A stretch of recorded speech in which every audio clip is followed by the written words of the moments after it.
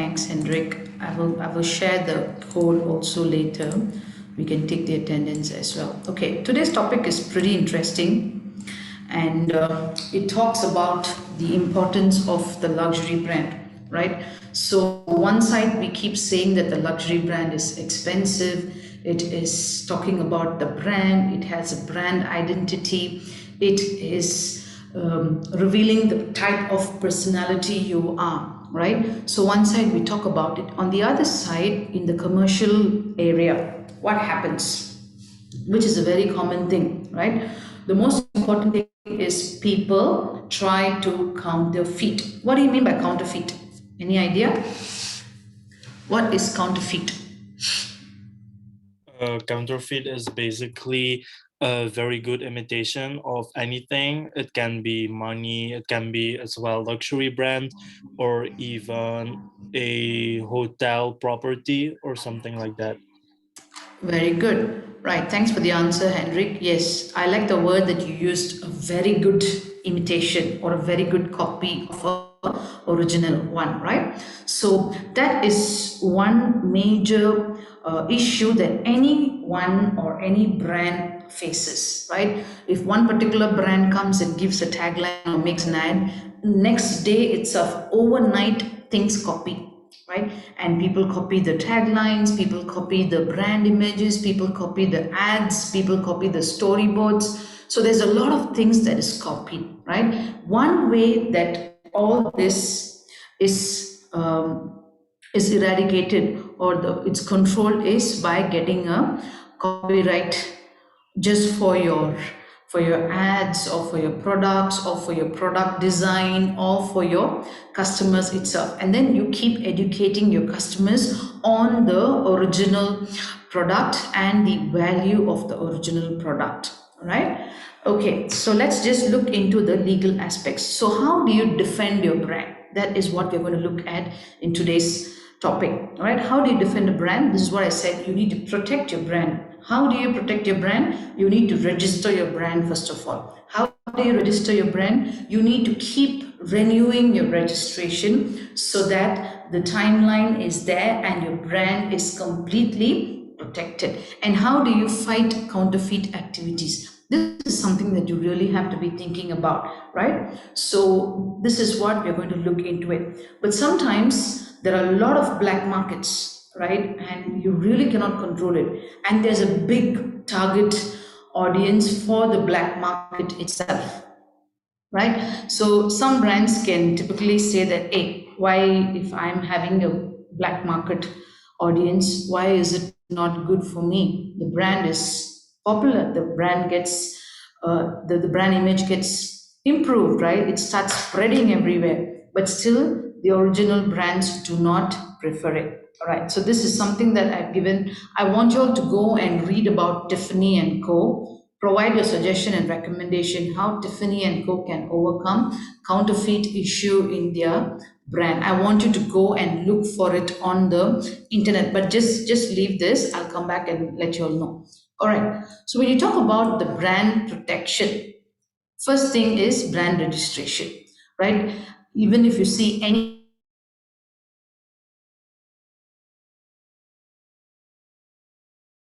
ads, you see a trademark, this particular brand or this particular ad has been registered. All right. So first thing is you will have to register your brand. Okay. When you register your brand, there's a lot of things that comes along with it.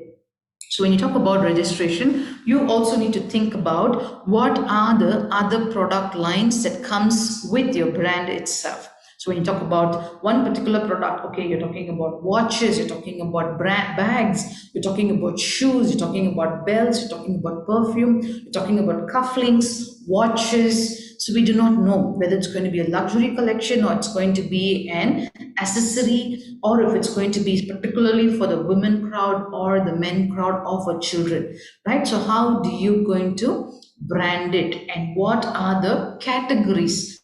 This is what I mean by categories, right? What categories come along with your brand? That is something that you really have to look into. So there are 29 item categories that you can actually look into when you come about with your particular brand. You can choose. So normally any brand that comes to the market, they don't stick to only one particular category. All right, they need to have at least 10 categories. So this is not so expensive. When you go beyond 10 categories, yes, it starts to multiply in price, so it becomes very expensive to register itself. So when you register a new brand, it is always advisable that you have at least 10 categories along with the brand. Okay, so that is what we mean by brand registration. So this is one important element of registering your or protecting your brand itself. Okay, so when you talk about registration, any registration comes with a timeline, right? So you need to go back to its renewal. So every time you renew something, it comes with a lot of other addendums. So when you say addendum, that means you need to go back and you will have to re-register. You have to come back to the class, you have to see what you submitted in the first place and how you have improvised through these many years, how your target audience has improved, what is your demand, how you're improvising, how you're catering to their demand. So all these things keeps going on in your background, and then all this is documented and then submitted, right? So that's why every brand has a R&D department, right? So these R&D, what do they do? They keep looking into what are the innovative ways or how can you repackage a particular module. Just any phone that you think about, right? Those days phones were just, recently I went for a webinar, and the questions that they asked for, why do you use a phone, right? So there were so many options, and the last option was the call option, right? You use your phone to make calls. But eventually when iPhone was into the market, there was nothing much attached to it. It was just a camera, and it was basic camera and the phone options, maybe the call options, right? But as time evolved, AI was integrated, right? And then this lens feature was integrated, that was integrated. People started to map it or tag it with their watches, and things started to improvise. So that is what happens when you renew your registration of a particular brand. Are you with me, class? Yes, Yes? miss. Yes, miss. Yes, great, great. Okay, so as we move on, registration renewal can protect your brand from potential dangers, right? For example, this one is a very common one, Lacoste and the crocodile brand, right? This is one example. Okay, for many years, Lacoste had problems in Hong Kong and China because they had a locally registered brand called as the crocodile. So how? Because both of them had a very similar logo. So when you look into the Lacoste and Crocodile brand, you can see the difference. Can you just Google and see what is the Lacoste brand and Crocodile brand difference? Let me know. I'll give you 3 minutes. Can you Google and look for Lacoste and Crocodile brand and tell me what the difference you see?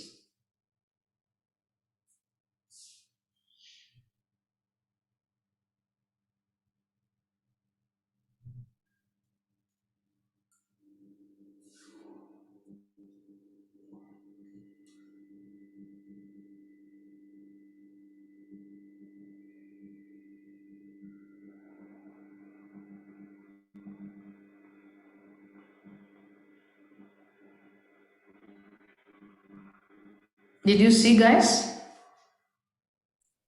Yes, miss. What's the difference you see?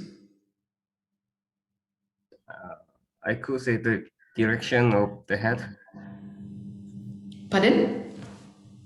The direction of the head. Lacoste. Exactly the direction of the head of the particular crocodile, right? So Yeah. this was disputed for a very long time, and this was the solution that they came about. So who normally gets a better hand in these kind of issues? What do you think? See, The brand who receives the more money. I think when it comes to having your brand a registration, I think the person with the most money wins it. Yeah, The person with that's the what I think. So yeah. Hi, yeah, Miss. that's one. That's very one common feature. What other feature? Who has a legal opinion? Okay, who has a legal right? Maybe anyone? You're right. Hendrik is right. Yes, one who has money. The influence of money has a lot to do with things of this sort. But actually, who has legal ownership?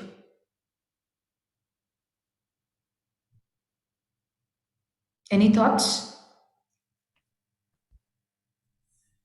Hi, Miss. Well, oh yeah, go ahead. Ah, sorry, Henrik. Miss, sorry. I didn't know we have a class for today. I just opened up the Zoom and I leave it. I didn't know, but I waiting already. Sorry. I'm I, so sorry. I I think so. No problem, Maria. I think many of them were under the same impression and that's why they didn't come. But it's okay. I will do the recording and I will post it on Times because Yeah, I Henrik opened in the up last already. class requested. That's why I opened up. So we'll just finish it in a while and then I'll post the video. No worries. Don't panic. Don't panic. I'm not going to take attendance. Okay. Oh yeah, and also Miss, I'm really sorry. I have research method lecture for this time, so that's why I opened up the Zoom. I think this is for research method, but oh why I see you. Your timetable is clashing, is it? Yeah, that's why. Okay, okay, Now, no problem. You go on with your class, Maria. I'm doing a recording. I will post it in the Times. Okay. oh, thank you so much, Miss. I'm so sorry. Thanks. Bye. Right, coming back to the question, the thing is, whoever has registered first and has a valid contract or the renewal is being done, they have a better hand in issues or legal disputes of this sort, right? And the other party who do not have much legal documents, but then they have the power of money, as what he just mentioned, Hendrik mentioned, yes, they can buy in and they can get their way with anything for that matter, right? All right. So, but usually by far and most, it is the people who have the real and the legal terms. Okay, fighting counterfeit activities. What do you do?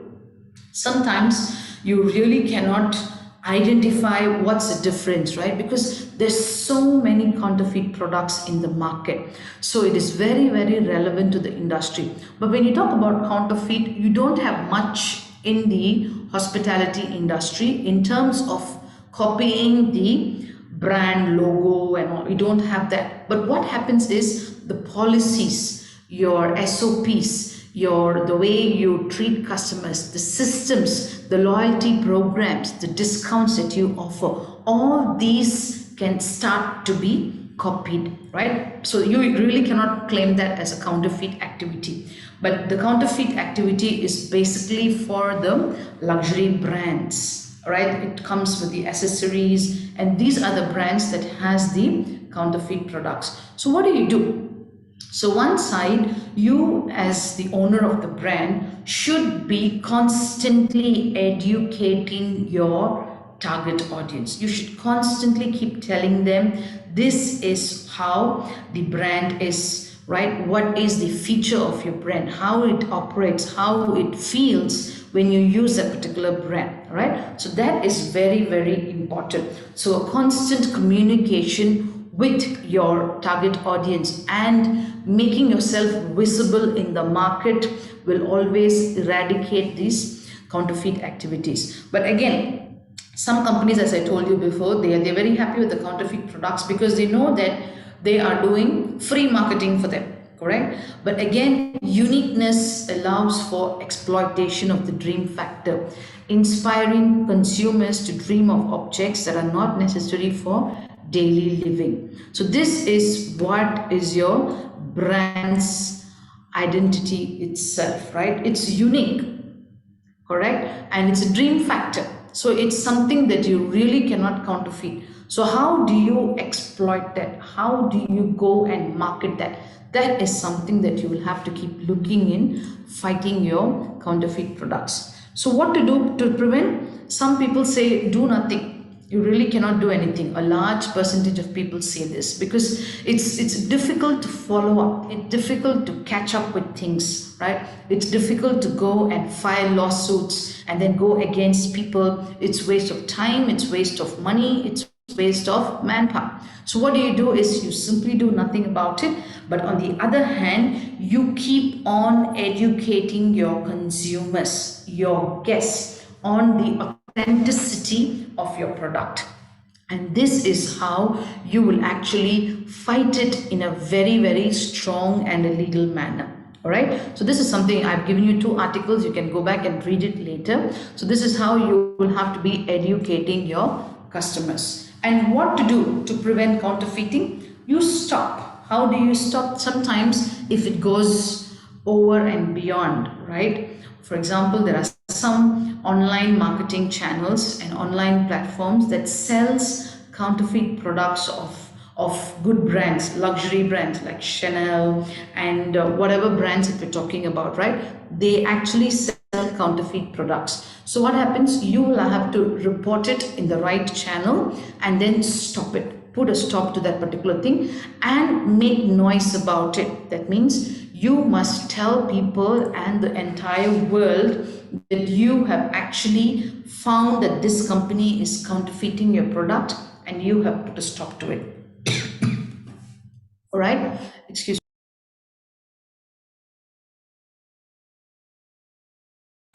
Okay, so then what do need to do? You need to collaborate. This is something that you will have to do. You know, some companies collaborate with online platforms or with some agencies that the fake products are controlled.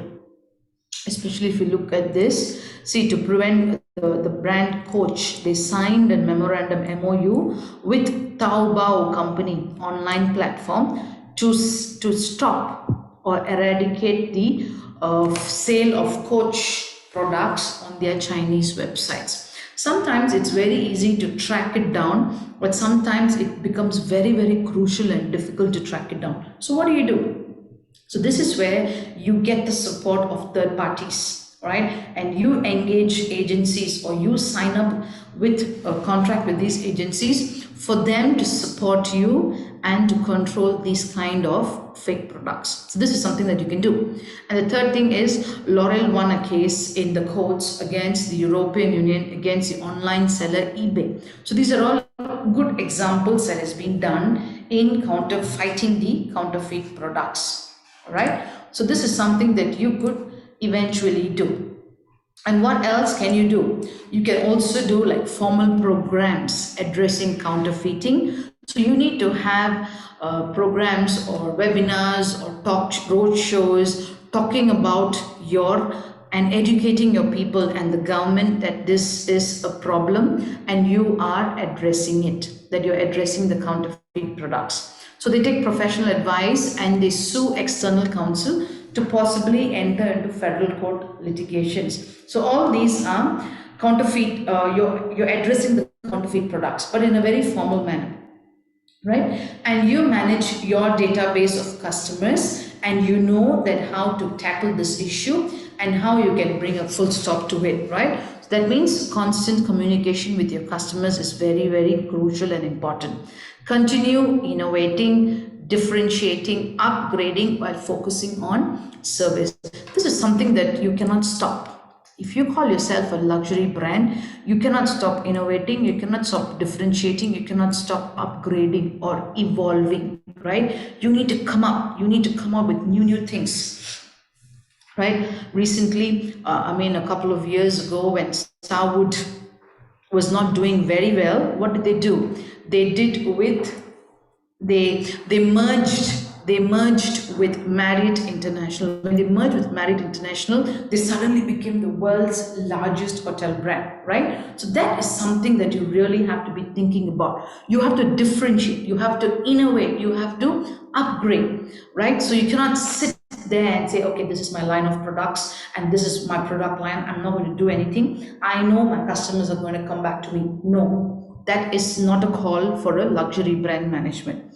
And limiting the number of items sold to each person. This is a control factor that actually talks about the uniqueness of the product itself.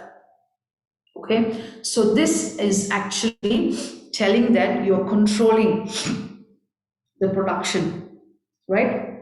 So when you go to a Louis Vuitton showroom in France, foreigners can only buy certain amount of products, right? It's not because of the cost, it is their unique way of selling. Likewise, there is a hotel in resort in Genting in Malaysia. You cannot go and stay there. You have to be invited to stay there, right? So that is the brand image, right? That's the way they market.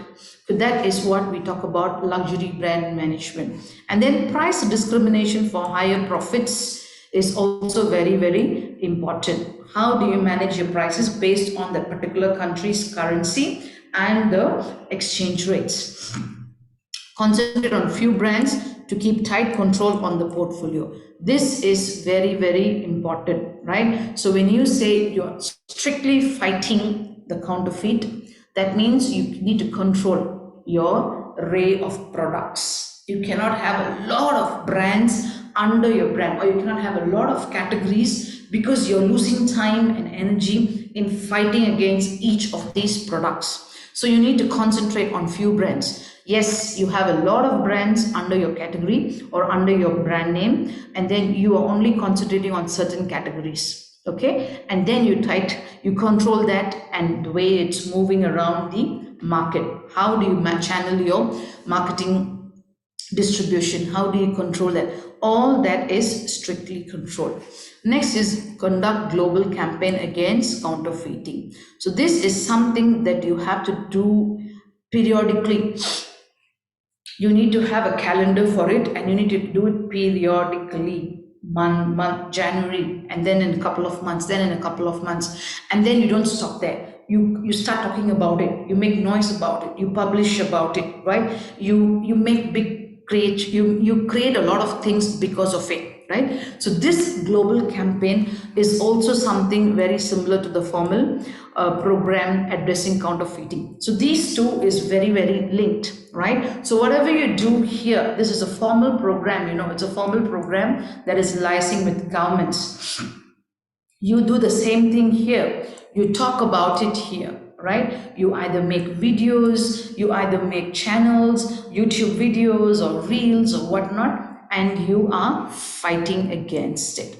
All right. So this is what we learned about in the legal aspects of a power brand. Okay, how do you fight the counterfeit of a luxury brand? Okay, I want you to discuss on this. Earlier, I gave a Tiffany product. It's okay, don't need to work on that. Just go to this question, right? Is the counterfeiting of Louis Vuitton always a negative? Are there any circumstances where it can be seen as positive aspects, right? You see these two. This counterfeiting, because everywhere you go, Louis Vuitton has a bigger market, counterfeit market, than the original market, all right? Because original market, not many can afford, right? So they have a bigger market for the counterfeit market. So you need to understand, is it a negative or is it a positive, right? So read this and discuss this question in your own groups. Remember the groups that we created? Discuss the questions in your own groups. Maybe we can discuss it in the class itself tomorrow, right? So no need to worry, we can just discuss this, but just read more about it before you come for the class. Are you with me, class? Yes, miss. Read more about it and come for the class tomorrow, and we can discuss it on the Padlet. Yeah, that's great. That's great. Okay, Maria, what happened to your class? No, miss, it's okay. I can join. Okay, okay. So read that particular question, read more about Louis Vuitton and their counterfeit, and come prepared for the class tomorrow. We will discuss this in our tutorial class. All right? All right. Yes, ma'am. Shall I take the attendance? If I take the attendance, the others are absent. Do you want me to take the attendance, or shall I mark your attendance directly on CMS? I'll mark attendance directly on CMS. Okay, guys? Yeah. Okay, miss. Okay, so I'll see you at 4 tomorrow. June, if you're coming here, come to block D, level 9, suite B. This is the room, okay? If you have seen it before. Have you seen it before? No. No, it's just one meeting room, so we can sit here. Six of us, four of us can sit here. So we can sit here, no problem. All right? Or we can go to one of the express rooms. All right. I'll try to find it out. Anyone else coming? Maybe you just ask Devun and Jisoo to join us.